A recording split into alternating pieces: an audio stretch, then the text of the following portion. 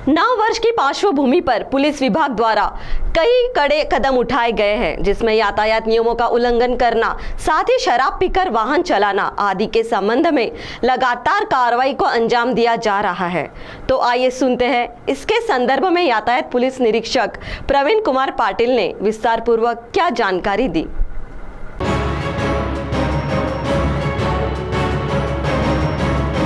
नए साल के स्वागत को लेकर युवा वर्ग में काफी उत्साह होता है और ऐसे में वाहन चलाते समय वे नशे में धुत होकर वाहन चलाते हैं, जिससे रैश ड्राइविंग और स्टंटबाजी के चलते कई हादसों की संभावना बनी रहती है।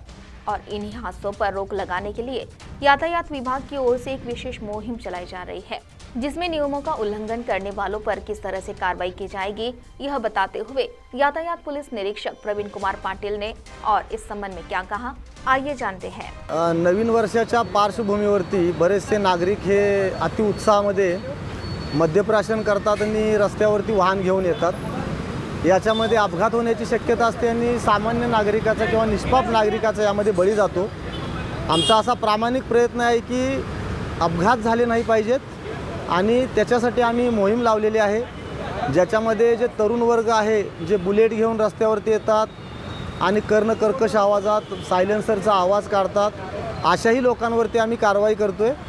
तर 3 दिवसाची मोहीम आहे, कालपासून सुरू झालेली आहे। 1 तारखेपर्यंत ही मोहीम चालेल।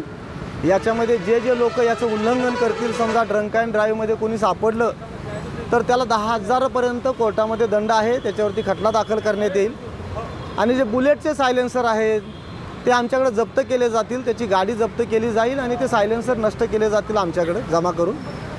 ट्रिपल सीटसुद्धा याच्यामध्ये आहे। ट्रिपल सीट चालवून जे रॅश ड्रायव्हिंग करतात तर त्यांनाही आम्ही याच्यामध्ये पकडत आहोत। असं तिहेरी मोहीम 3 कलमांखाली आम्ही मोहीम राबवत आहोत। सिटी वीकली प्रतिनिधि वैभव रुयारकर की रिपोर्ट।